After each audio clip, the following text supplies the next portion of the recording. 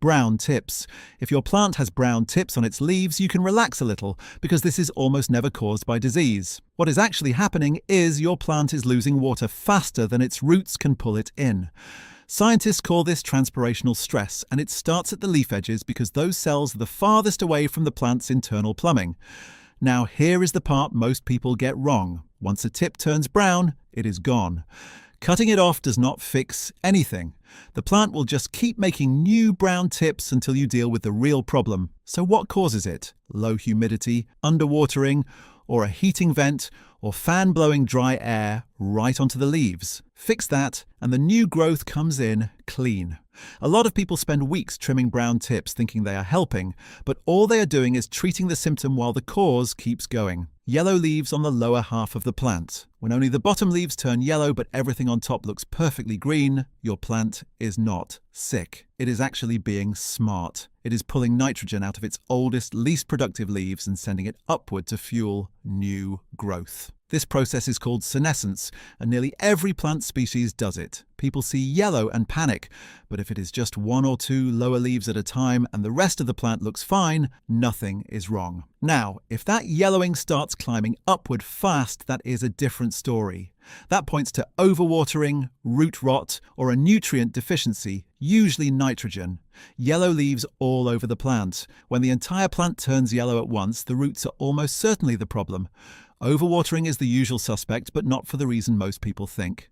The plant is not drowning in water, it is suffocating from a lack of oxygen. When soil stays soaked too long, the tiny air pockets between soil particles fill up with water and collapse. The root cells cannot get oxygen, they start dying, and the plant loses its ability to move nutrients anywhere. Chlorophyll production shuts down and the leaves go yellow. It looks like the plant needs more water, which is the trap. Most people see a yellow, sad-looking plant and reach for the watering can, which is the worst thing you can do at that point. Leaves curling inward, edges rolling toward the center.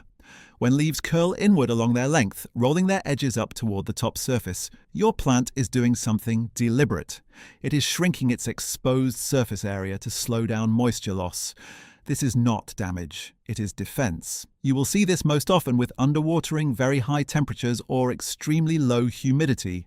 Some tropical species can look completely wilted and curled up within a single afternoon of dry conditions, then bounce back fully within hours of a good watering. The real test is whether the curl reverses after you water. If it does, you caught it in time. If it does not, root damage may already be blocking water uptake. Leaves curling downward, edges rolling toward the underside. This is a different symptom from inward curling, and it usually has a different cause. Downward curling, where the leaf edges roll under toward the bottom of the leaf, is most often linked to over-fertilization, specifically too much nitrogen. When a plant gets more nitrogen than it can handle, it pushes out rapid, soft new growth that the leaf structure cannot properly support. The edges droop and curl under their own weight. Heat stress can cause the same thing in some species. The reason this matters is that the fix goes in opposite directions. Underwatering curl means add water. Over-fertilization curl means stop feeding and flush the soil with plain water. Dark brown or black spots with yellow halos. If you see brown or black spots on a leaf surrounded by a ring of yellow tissue, you're looking at a fungal infection. That yellow halo is the battle line between the dying infected cells and the healthy tissue your plant is trying to protect. The fungus travels through water, specifically water sitting on leaf surfaces. Splashing during watering, high humidity with poor airflow, or leaves pressing against each other in damp conditions all give spores the perfect environment to germinate. The most effective fix is not a fungicide. It is changing how you water. Water at the base, not overhead. Improve air circulation. Remove infected leaves right away. Those spots will never heal. They just keep expanding until the leaf is dead. Small yellow or white spots in a stippling pattern. A speckled pattern of tiny pale dots across the top of a leaf is almost always spider mites. Each dot is a single cell that has been punctured and drained. Spider mites are not insects. They are arachnids, related to spiders and ticks, which is exactly why most insecticides do not work on them. A single female can lay up to 100 eggs, and in warm conditions, those eggs hatch in about 3 days. The mites live, feed, and reproduce on the undersides of leaves. Once the population gets large enough, you will see fine webbing. The quickest way to check is to hold a piece of white paper under a leaf and tap it hard. If mites are there, they fall onto the paper and you can see them moving. It takes about 2 seconds, and it is way more reliable than squinting at the underside of a leaf trying to spot something smaller than a grain of sand. Soft, translucent, mushy spots. If part of a leaf looks waterlogged and feels soft or mushy to the touch, that is cold damage. Unlike most plant problems that build up slowly, cold injury can happen in minutes. A tropical houseplant touching a freezing window pane in winter, an outdoor plant hit by a sudden frost, or chilled water poured directly onto leaves can all cause it. The water inside the cells expands as it freezes, and the cell walls rupture. That translucent look comes from the collapsed cell structure. There is no treatment. The damaged tissue will eventually turn brown or black. Bacterial rot can look similar, but bacterial infections usually smell bad and spread much faster. White powdery coating on leaf surfaces. A white or grey powder that rubs off the leaf surface is powdery mildew. Unlike most fungi, this one does not need wet leaves to grow. It actually thrives in dry conditions with high ambient humidity, which is why it shows up most often in late summer or in rooms where the temperature swings a lot. It spreads through airborne spores and can take over a plant within days. That white coating is the fungal body itself, sitting on the leaf surface and pulling nutrients from the cells underneath. Badly infected leaves turn yellow and fall off.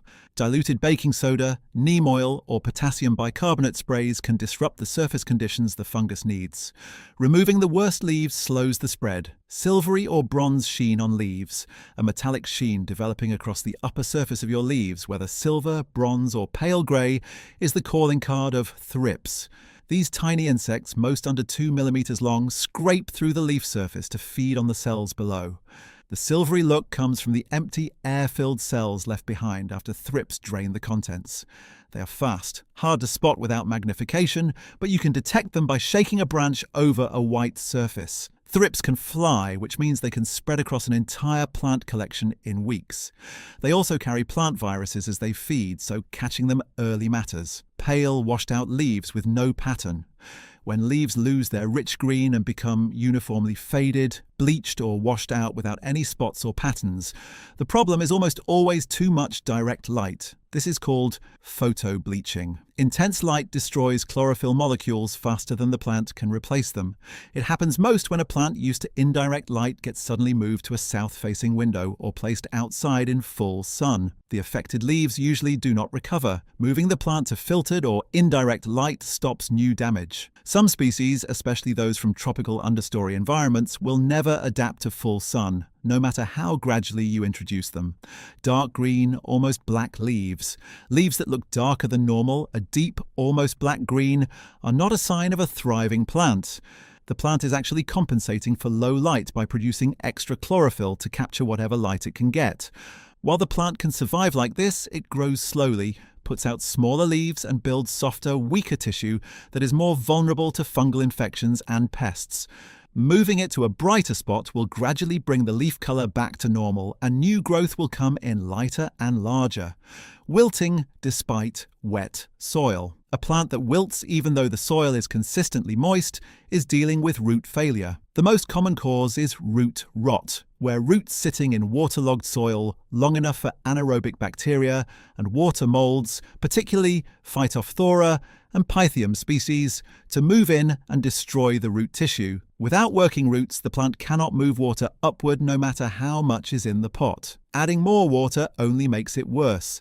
The fix is to unpot the plant, cut away every dark, mushy or foul-smelling root, treat the remaining healthy roots with a dilute hydrogen peroxide solution, and repot into fresh, dry, well-draining soil. Holes in leaves with no other symptoms.